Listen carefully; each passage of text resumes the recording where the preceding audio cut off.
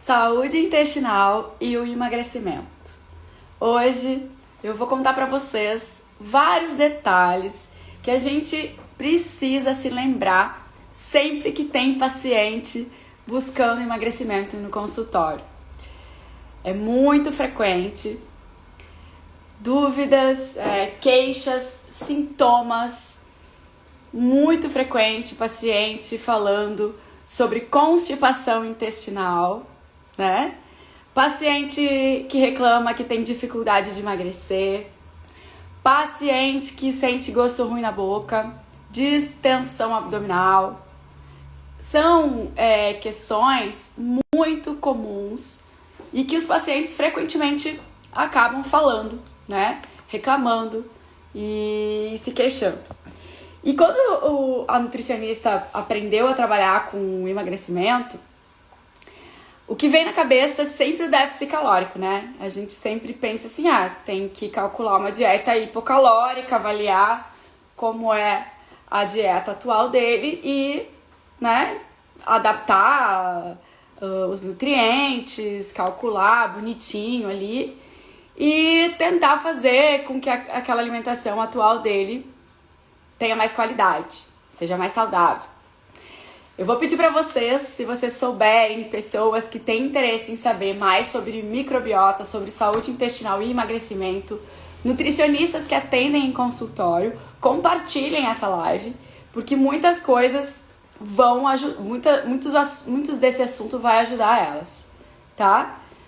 Eu já avisei o grupo lá da Nutrisoma, do Networking, e a gente vai ter 30 minutos para falar tudo que a gente tem que saber para trabalhar no consultório saúde intestinal e emagrecimento. Por que saúde intestinal e emagrecimento? Porque a maioria dos nossos pacientes tem queixas e a grande maioria que não tem queixas de desconforto gastrointestinal pode ter uma inflamação subclínica. Muitas vezes a gente consegue ver um aumento no colesterol daquele indivíduo que não necessariamente está super alto, mas ao longo dos anos esse colesterol está aumentando. Às vezes é uma queixa de dor articular, né? Essa dor, esse colesterol alterado, muitas vezes pode estar associado a uma inflamação e muitas vezes subclínica, ou seja, o paciente não parece ter uma inflamação, naturalmente não aparece nesses exames de rotina, tá? Então a gente tem que ter o olho bem afiado para conseguir identificar essa inflamação subclínica e ajudar o paciente que quer emagrecer. E a gente tem que ter esse olhar, né, para a saúde intestinal do paciente, porque só a dieta hipocalórica, sendo qualitativa, quantitativa, um cuidado, né, com o comportamento alimentar, algumas vezes não vai resolver. E aí a gente pega aquele paciente que está com comer emocional, que está com compulsão, às vezes ele não tem compulsão, mas ele come por ansiedade, não tão frequente, mas o suficiente para se sentir descontrolado frente à comida. E aí a gente às vezes vai e busca ferramenta comportamental. Eu sou nutricionista comportamental, adoro, né, ferramentas. E faz dieta, às vezes não faz dieta, depende do caso, né? Às vezes a gente entende que o paciente que tem compulsão, ele muitas vezes vai se prejudicar com a dieta, outras vezes ele vai se beneficiar. Mas a gente esquece de ter o olhar para a saúde intestinal desse paciente. Gente, o intestino tem funções extremamente importantes para o nosso organismo, né? Ele tem de 8 a 9 metros, 500 milhões de neurônios. Sim, no intestino também tem neurônios. E qual é a relação com a saúde emocional? Toda a relação, né? Tá tudo relacionado. Ele abriga de 70% a 80% das células imunológicas, das células do sistema imune. Ele tem inúmeras funções no nosso organismo e que a gente não pode simplesmente esquecer do intestino quando a gente está falando de emagrecimento. Ele interage e recebe sinais de cerca de 38 trilhões de micro-organismos. Sim, da microbiota, daquelas bactérias que vivem lá no nosso intestino. E que se a gente não está conectada com essas bactérias, com o entendimento da modulação intestinal, com a saúde intestinal do nosso paciente, a gente muitas vezes não vai conseguir fazer esse paciente que tem dificuldade de emagrecer. Eu posso estar fazendo todas as ferramentas de nutrição comportamental e eu tenho certeza que se tiver nutricionista comportamental aqui, muitas vezes ela sabe utilizar ferramentas maravilhosas, incríveis, comportamentais, mas se depara com uma dificuldade emocional do paciente e não se dá conta que o intestino está relacionado e não se dá conta que o intestino está influenciando essa inflamação, essa produção de serotonina e esse comportamento alimentar. Sim, vocês sabiam que o intestino, além de todas essas interações que eu tô falando para vocês, tem a capacidade de influenciar não só o desconforto, não só a imunidade, mas também as nossas escolhas alimentares. Sim. Quem já viu, quem acompanha o post da Nutrição a Curso, já deve ter visto que a gente colocou, né, um post sobre nutrição comportamental e a influência do intestino.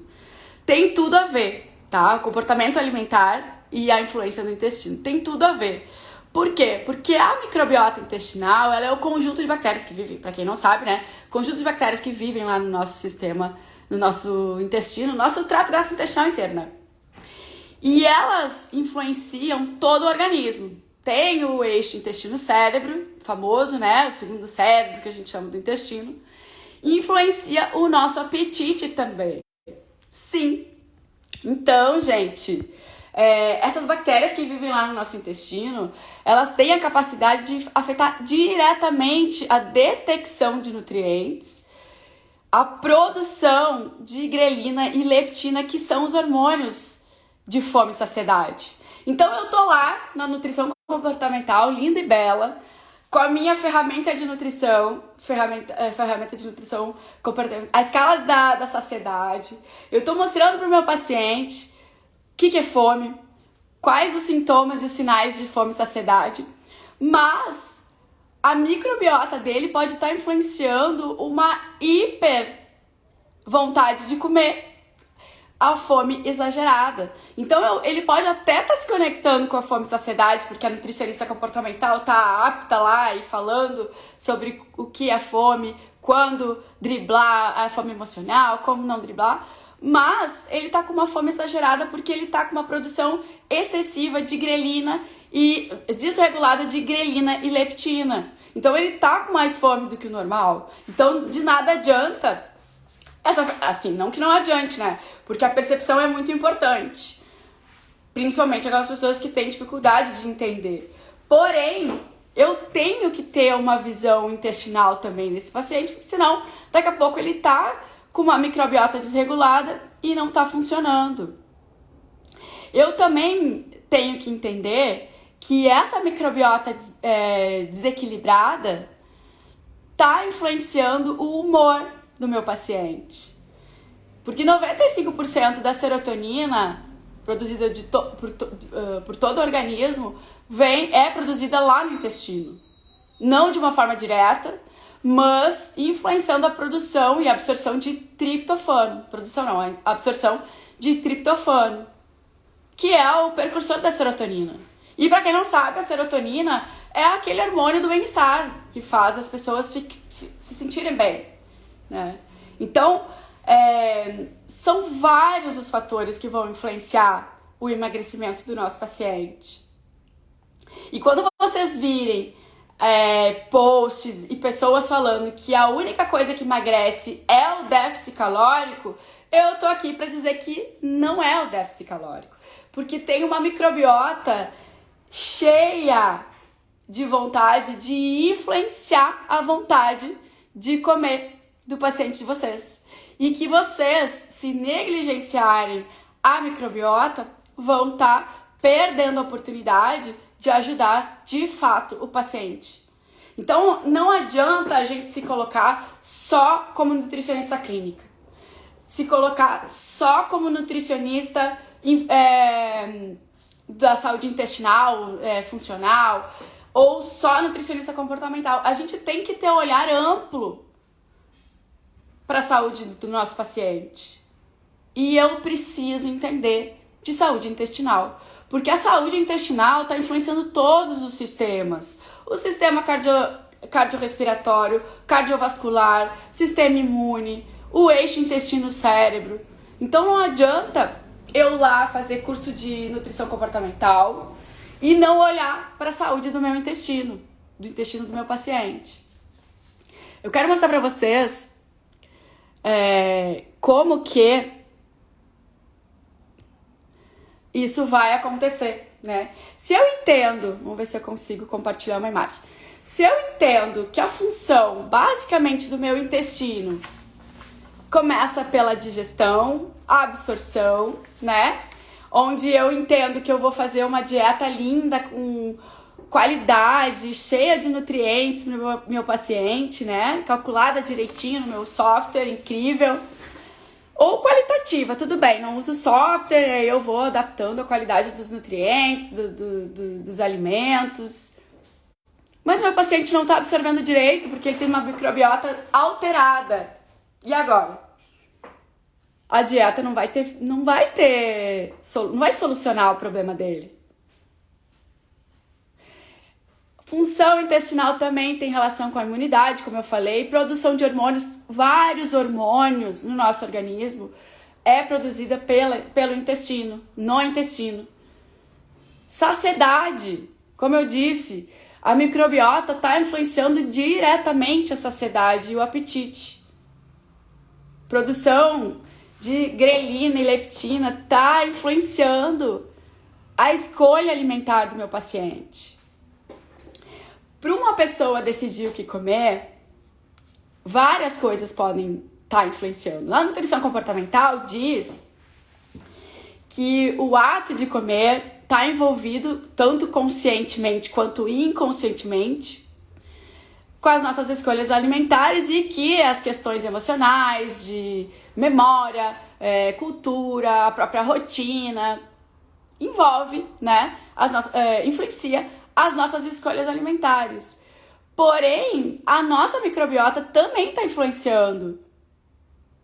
E eu não posso esquecer disso quando chega um paciente no meu consultório e, né, fala que o intestino tá tudo bem, mas ele tá louco de vontade de comer doce, mas ele sente vontade de beliscar várias vezes ao longo do dia, mas ele se sente cansado, frequentemente com pouca energia. Será que o intestino dele tá tão bem assim? Eu preciso entender. E eu preciso não só entender através da escala de Bristol, para quem não conhece, é uma escala que classifica, né, o formato das nossas fezes e diz se a gente está constipada ou se a gente está com diarreia e fala, né, qual é o moldezinho ideal e saudável das nossas fezes. A gente pode estar recorrendo à escala de Bristol, sim, é uma excelente ferramenta, mas a gente não pode estar só esperando que o paciente nos diga que ele tem problema intestinal, porque muitas vezes o problema é subclínico, muitas vezes não aparecem sintomas. E aí, eu vou deixar de tratar a microbiota do meu paciente, do intestino do meu paciente, e eu posso estar perdendo de modular o humor dele simplesmente dessa forma. Eu posso estar deixando de influenciar no apetite dele também. Não é à toa que as pessoas que têm desconforto gastrointestinal sentem uma vontade enorme de comer. Ou muitas vezes uma vontade enorme de comer doce, tá? Claro, tem a ver com emoção, tem a ver com busca de conforto, nutrição comportamental já explica, tem a ver com a dificuldade de lidar com desconforto e uma busca momentânea de prazer e uma repetição de um comportamento onde a pessoa aprendeu e automatizou a busca do comer, da comida, frente a momentos difíceis, sim, mas muitas vezes associado tem uma microbiota intestinal desregulada, desequilibrada. E muitas vezes é tudo junto. E a gente tem que estar sabendo trabalhar tudo ao mesmo tempo.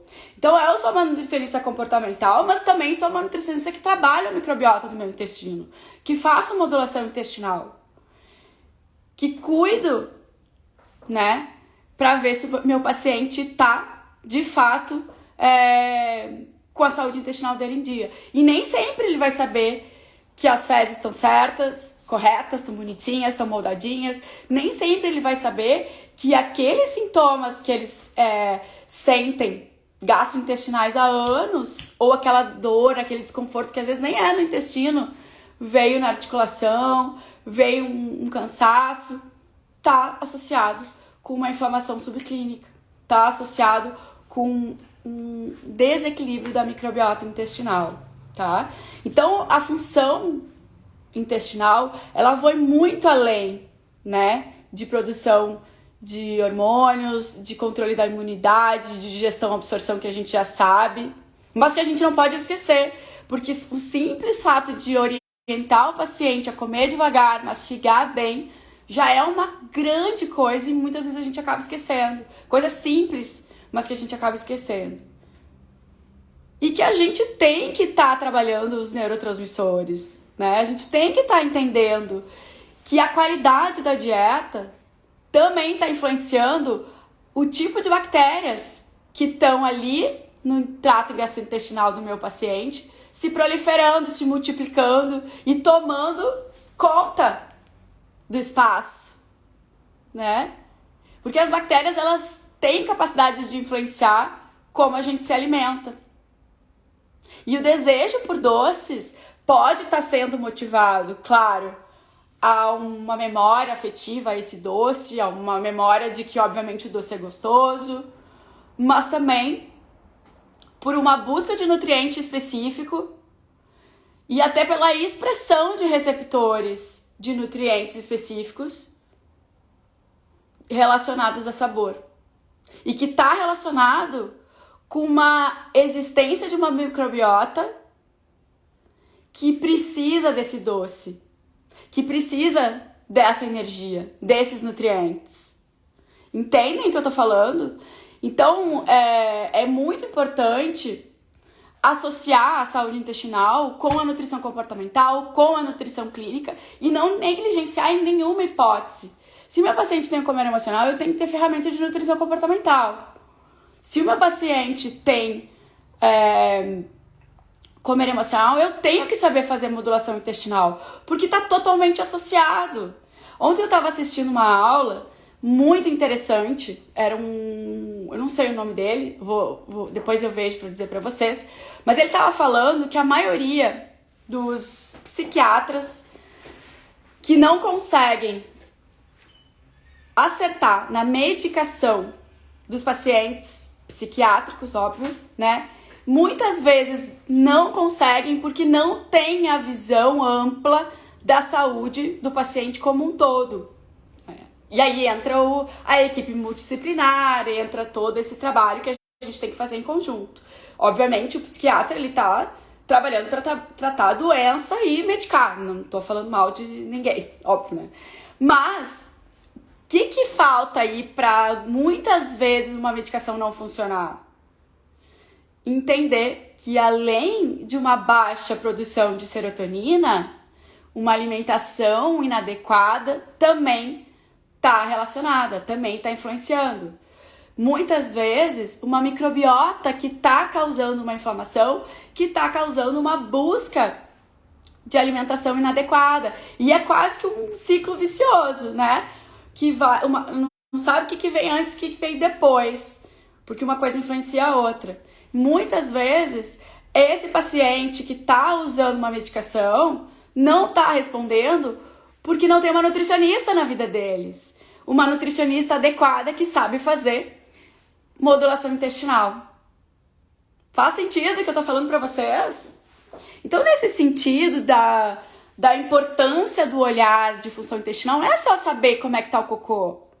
Muitas vezes é importante também, mas eu preciso entender que a saciedade está relacionada com o intestino do meu paciente e que a produção de neurotransmissores também. Como que isso acontece? Eu vou mostrar para vocês a saciedade. Olha só, o meu paciente chega no consultório e, em geral, né, a gente recebe o paciente, eu não sei vocês, né, respondam aí. A maioria dos pacientes que vêm é para emagrecimento, né, parece que só associou a nutricionista com emagrecimento.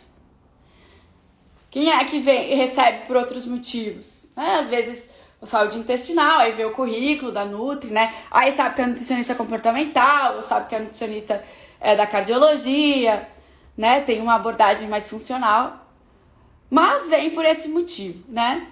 E aí, eu tenho que entender que se o meu paciente está dizendo que tem uma fome forte, a saúde intestinal dele pode estar comprometida. Não é só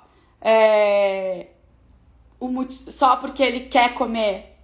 Ah, mas ele que escolhe comer. Sim, ele que escolhe comer, mas ele sente muita fome. E as bactérias estão influenciando, porque elas também ganham com isso. A qualidade das bactérias, que estão em maior número no trato gastrointestinal do teu paciente, vão também influenciar a escolha alimentar dele. Não é à toa que elas pedem doce, entende? Então pensem que a microbiota influenciando a saciedade e o apetite do paciente de vocês, né? Quando tem uma digestão adequada, gera metabólitos bioquimicamente importantes. O mais comum deles é o butirato. São metabólitos, né, produzidos pelas bactérias quando elas se alimentam dos alimentos que a gente, né, se alimenta. E essas bactérias vão estar estimulando a produção de hormônios sacetogênicos, ou seja, né, leptina, grelina, pelos enterócitos, que chega no cérebro e atua no hipotálamo para cessar a fome. Então, veja bem, isso seria, né, um esquema. Deixa eu ver se eu consigo desativar o comentário só, por enquanto, para vocês olharem. Ó, então, isso seria um esquema correto, ideal, adequado. Agora, pensem a microbiota em maior número lá no trato gastrointestinal do paciente, mais patogênica, ou não tão patogênica, mas uma microbiota que se alimenta de doce, que se beneficia com alimentos não tão saudáveis.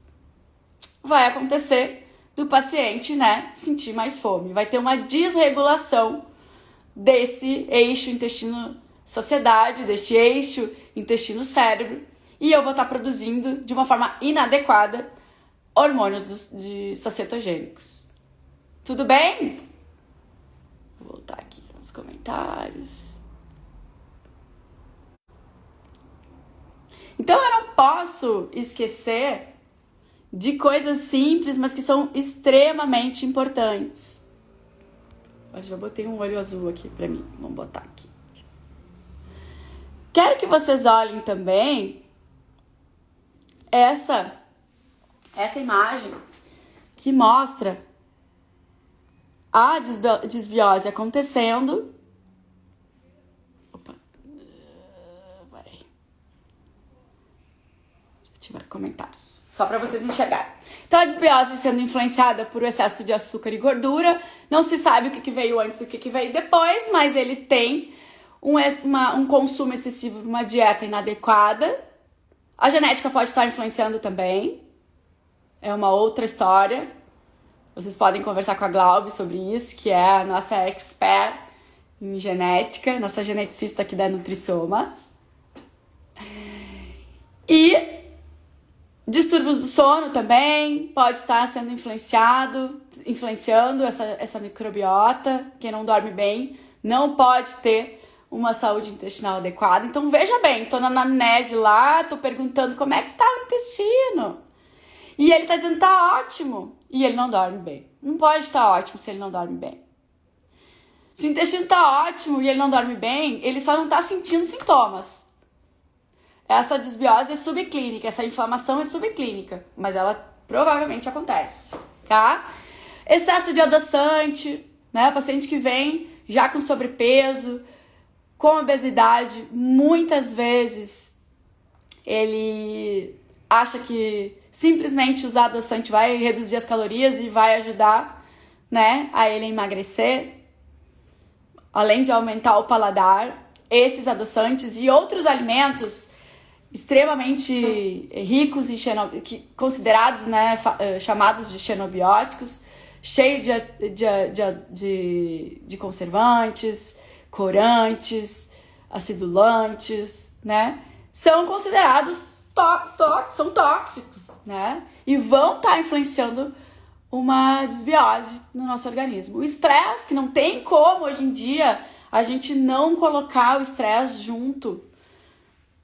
Não tem como a gente tratar o paciente sem identificar o estresse. Aí vem a questão multidisciplinar. Eu tenho que ter pelo menos uma psicóloga associada ao meu trabalho, ou pelo menos orientar ele a fazer uma yoga, né? Achar um profissional de saúde aí que pode estar ajudando a nutricionista a melhorar esse estresse. Eu posso estar fazendo uma fórmula fitoterápica. No curso de saúde intestinal da Nutrisoma tem muita informação sobre fitoterápico que ajudam a modular o estresse do nosso paciente. Porque se eu não estiver olhando amplamente a saúde do meu paciente, eu vou estar lá só calculando dieta hipocalórica. Eu vou estar só pensando no déficit calórico. E aí? Ah, não, mas eu não calculo dieta, eu faço qualitativo. Tudo bem, eu vou estar ali fazendo ferramenta de nutrição comportamental, mas o paciente não responde. Engraçado, ele tem toda uma clareza. Ele volta fazendo a mesma escolha alimentar inadequada. E aí, o que acontece? O paciente está dormindo mal, ele está estressado, ele está comendo de uma forma inadequada e eu tô só mexendo na dieta dele. Vejam que é muito importante todo o olhar amplo para esse paciente, tá? E aí, causando desbiose, o que vai acontecer? Essas bactérias, elas vão consumir, né, num jeito bem simples de explicar, essa alimentação que o paciente, uma alimentação inadequada, que esse paciente está ingerindo, junto com o estresse, junto com a genética, que não está ajudando muito, se ele tem um gene ali, né, que influencia para a saúde intestinal dele não ser tão boa, tá? Para ter uma desbiose, para ter uma inflamação, enfim. E aí, essa alimentação que é inadequada, rica em gordura saturada, rica em açúcar, vai alimentar as bactérias que vivem e se multiplicam através desses alimentos. E essas bactérias vão produzir substâncias que a gente chama também de ácido graxo de cadeia curta, né? E que vão, nesse caso, favorecer a maior captação de energia. A gente chama de lipogênese, né? Uma maior acúmulo de gordura nas células adiposas. Então, eu posso dizer que a desbiose engorda? Eu posso! Não é só a desbiose que engorda, mas muitas vezes o paciente está ganhando peso porque está com uma saúde intestinal comprometida. Porque tem um desequilíbrio de bactérias lá no intestino dele. E a nutricionista não está enxergando. E essa lipogênese vai causar obesidade, resistência insulínica e muitas vezes esteatose hepática. Muitas vezes a desbiose intestinal vem associada com o aumento da permeabilidade intestinal, que nada mais é do que um afrouxamento dos ductos, não sei se é ductos, se chama, mas das células que se encaixam uma na outra. A gente chama de leaky gut, tá? É como se elas se afrouxam e começa a aumentar a permeabilidade. Essas células não estão tão fechadinhas, né? Elas ficam com os furinhos assim entre elas, favorecendo a translocação de LPS, favorecendo uma endotoxemia. O que é isso? Entra fragmentos de alimento não digerível, que não foi bem digerido, e pode causar ainda mais uma inflamação. E que vai naturalmente favorecer e influenciar a obesidade, a resistência insulínica e a esteatose hepática. Então tá tudo relacionado. E é por isso que a gente trabalha a permeabilidade intestinal do paciente com glutamina. Lembra da glutamina? Sim. Ah, mas por que eu tenho que trabalhar a impermeabilidade intestinal? Porque o paciente que tem uma desbiose, naturalmente ele não vai digerir bem o alimento, né? Ele tá com todo o processo digestivo alterado e talvez ele até nem sinta refluxos, tem uns que sentem, mas não esperem o paciente se queixar, porque muitas vezes ele tá sem sintomas de refluxo, de acidez, de azia, mas ele tá com dor, mas ele tá com cansaço, mas ele tá com alguns sintomas que tem a ver com falta de energia. Por que ele tá com falta de energia? Por que ele tá cansado? Porque aqueles nutrientes que ele ingeriu, muitas vezes ele até tá ingerindo, a nutricionista tá dando suplemento, né? Ele não tá absorvendo direito, porque ele nem digere direito. Em algum momento, quando o paciente tem desbiose, no trato gastrointestinal, em algum momento, em algum lugar, em algum momento ele vai estar com problema na digestão. Ou na digestão, ou na absorção, ou na própria composição da microbiota intestinal. E aí a gente tem que aprender a tratar o intestino. A gente tem que aprender a conhecer o que é um paciente que tem que emagrecer, mas ele tá com dificuldade de emagrecer e não é só porque ele não consegue escolher coisas boas para se alimentar. Às vezes ele até já tá fazendo dieta. Às vezes ele sim precisa de uma nutrição comportamental, porque ele precisa de todo um olhar mais, né, frente às suas escolhas. Mas junto disso, ele precisa de uma nutricionista que tenha um olhar clínico também para a saúde intestinal. Porque senão a gente não vai estar ajudando a produção de serotonina, a gente não vai estar ajudando a absorção de nutrientes. E no final, em algum momento, ele não emagrece. Faz sentido? Deixa eu parar aqui, ativar comentários. Então eu quero que vocês entendam, através dessa live, que é muito importante ter o olhar amplo para a saúde do intestino do paciente de vocês. O intestino ele não trabalha sozinho, ele não é uma coisa só. Existe todo um eixo intestino-cérebro, existe toda uma questão emocional, uma escolha alimentar mais afetiva e que a gente não pode negligenciar. Eu não posso ser só uma nutricionista funcional que esqueço que comer é prazer, que comer é cultura, é memória, é família. Eu não posso esquecer disso. Então eu tenho que adaptar. Mas eu também não posso ser só uma nutricionista comportamental que esquece da parte clínica, que esquece da inflamação. Que muitas vezes essa inflamação não aparece nos exames. E aí vai lá olhar os exames clínicos dele, não aparece. E aí, o que vai fazer? Como é que vai fazer? Entende, gente? Então, para quem não sabe trabalhar a modulação intestinal, eu recomendo fortemente. Olha só quem chegou bem na hora. É transmissão de pensamento. Eu recomendo fortemente o nosso curso de saúde intestinal e sensibilidades alimentares, que a maravilhosa da Bruna Storgato está ministrando e falando várias coisas sobre como modular o intestino do paciente. A mãe do Coco, que, né, é o irmão do meu cachorro, o Romeu, para quem me acompanha nas redes, tá careca de saber, né, que a Ana Carolina tem o cachorro Romeu. Mas ela não é só a mãe do Coco, ela é uma nutricionista que trabalha fortemente a saúde intestinal. A gente troca ideias, né, ela me ajuda também, cuidou da minha saúde pós-Covid. Então, assim, gente, é muito importante ter o olhar para a saúde intestinal. Olha a Bruna, né? E esse curso, ele tá super completo. Ele tem toda a parte de digestão para você entender como que funciona a digestão, como que a digestão vai influenciar a absorção e como que tudo isso vai influenciar a desbiose, tá?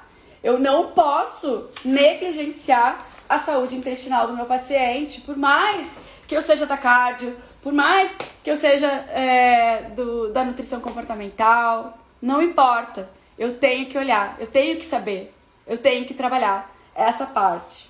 Então, vocês vão ter estratégias para fitoterápicas, tá? Como trabalhar a fitoterapia do paciente que tem qualquer distúrbio gastrointestinal, né? Principalmente o paciente que está com desbiose, o paciente que está com absorção inadequada.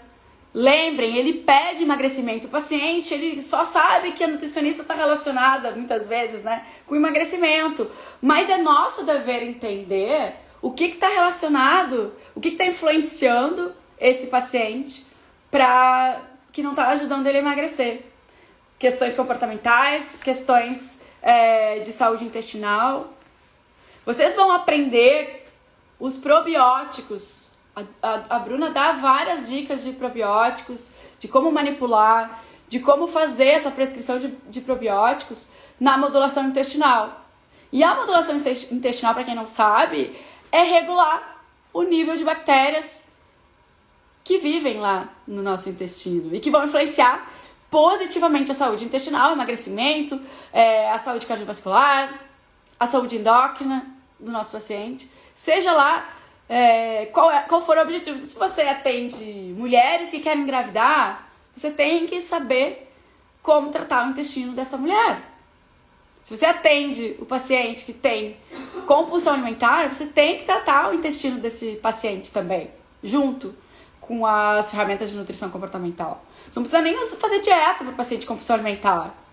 Você pode fazer a modulação intestinal com a parte clínica e usar as ferramentas de nutrição comportamental. Faz sentido? Nesse curso de saúde intestinal, você vai ter estratégias de dieta mesmo, tipos de dieta, como é a alimentação do paciente. Tudo isso no curso, na plataforma EAD da Nutricioma Cursos, tá? Você vai poder entrar em contato com a equipe, trocar uma ideia sobre cada um dos assuntos ali que tem no curso. Certo, gente? Ficou claro para vocês que não tem como não saber de saúde intestinal quando eu tô fazendo um trabalho de emagrecimento?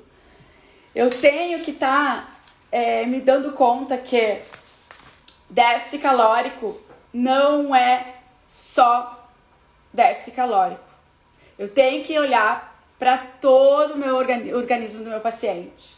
Quando você vê alguém dizer, para emagrecer só precisa do déficit calórico, mais ou menos. Porque você só vai conseguir, de fato, fazer um déficit calórico na saúde, na dieta, na alimentação do seu paciente, se ele tiver a saúde intestinal em dia.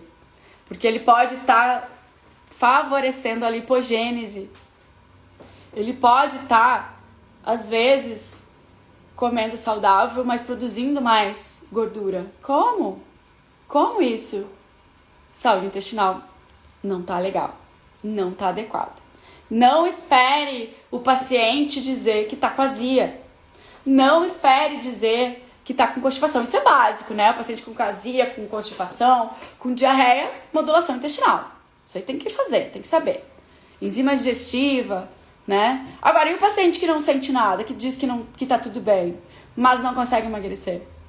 Que sente dor, que sente cansaço, que sente algumas coisas que não estão relacionadas ao intestino.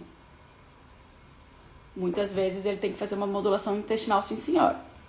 E isso vai estar relacionado com barreira intestinal, nutrição do epitélio intestinal, vai estar relacionado com a detoxificação do fígado, do que o fígado faz no nosso organismo. Tá, mas e o que a dieta tem a ver? Tem a ver, a gente influencia. A gente vai estar influenciando todo o funcionamento do nosso organismo. E através da dieta, na modulação intestinal, a gente vai estar facilitando o trabalho do fígado de detoxificar, produzir enzima digestiva, bile, para fazer a digestão. Então tá tudo relacionado.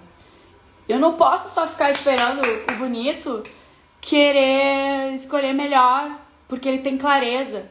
Eu tenho que estar todo esquematizado. Eu tenho que aprender a trabalhar o todo do meu paciente. Se eu quiser trabalhar com modulação intestinal, eu preciso saber trabalhar com modulação intestinal. Agora eu vejo que eu posso não querer trabalhar com nutrição comportamental, porque eu não vejo a nutrição comportamental como uma urgência. Mas aqueles pacientes que comem de forma emocional, ou têm compulsão alimentar, ou comem por ansiedade, precisam de uma nutricionista que tenha esse olhar comportamental. Mas na parte clínica, gente, não tem como a gente não saber trabalhar modulação intestinal, porque está influenciando todos os sistemas do nosso organismo. Entende? Por exemplo, muitas vezes nutricionistas que são clínicas da cardiologia, ou que trabalham aqui na clínica, ou que trabalham fora da clínica, já me mandaram pacientes que estão bem clinicamente, mas que precisam de uma nutricionista comportamental para trabalhar ferramentas de nutrição comportamental. Aí tudo bem. Mas a parte clínica, elas têm que saber fazer. Senão elas perdem o paciente. Entende? Então eu preciso tá muito coerente nas minhas condutas alimentares, na minha conduta nutricional, e eu preciso saber fazer um bom tratamento dessa microbiota. E aí vem várias ferramentas que a gente pode estar utilizando, e aí vai para uma live só uma live, né, disso. A gente utiliza a análise de microbiota, a gente pode estar utilizando teste de intolerância alimentar para descobrir quais os alimentos naquele momento de dificuldade de digestão podem estar prejudicando aquele paciente temporariamente, né? E eu tenho que ter as ferramentas para poder. Mas se eu não souber detoxificar, se eu não souber nutrir o epitélio, fechar as tight junctions que a gente chama, né? Que são aquelas ligações entre células que vai mudar a permeabilidade do meu intestino, favorecendo, né? Uma inflamação, uma dor, um desconforto. Então eu tenho que estar entendendo como as coisas funcionam. Cada passo dessa modulação intestinal, dessa promoção da saúde intestinal. Tá, gente? Então essa era o meu recado. Tem muito assunto ainda para falar. O link do curso a Glaucia tá colocando ali, tá? Mas quem quer entrar, entra na bio do Instagram, da Nutrição a Cursos. Tá ali, tá fácil. O nome do curso é Saúde Intestinal e Sensibilidades Alimentares. Ele tá super completo. Volta e meia eu olho, entro lá de novo para olhar os esquemas de enzimas digestivas que a Bruna colocou. Eu olho ali também para ver os esquemas de probiótico e dos fitoterápicos que estão associados a estresse, a digestão. tá? Tá tudo lá. Entra, você tem 7 dias para desistir se você não gostou, se não faz sentido, tá? Você tem 1 ano para poder acessar esse curso. 1 ano junto com a gente, que você vai estar aprendendo tudo sobre sistema digestório, tudo sobre desbiose, tudo como tratar a desbiose e sensibilidade alimentar. Tá muito top. Confesso que pós-Covid nos ajudou muito esse curso de sensibilidade alimentar, de saúde intestinal, e eu dou a dica para vocês. Certo? Espero que tenha ajudado a organizar as ideias, ajudado vocês a melhorar os links que vocês fazem quando o paciente de emagrecimento vem. Não desmereçam o paciente de emagrecimento. O paciente acha que quer emagrecer, mas ele quer emagrecer e ele precisa de um monte de coisa. E você tem que estar muito craque, muito afiada para ajudar ele de forma efetiva. Um beijo, boa noite e até a próxima. Encontro vocês lá no curso de saúde intestinal da Nutrição a Cursos.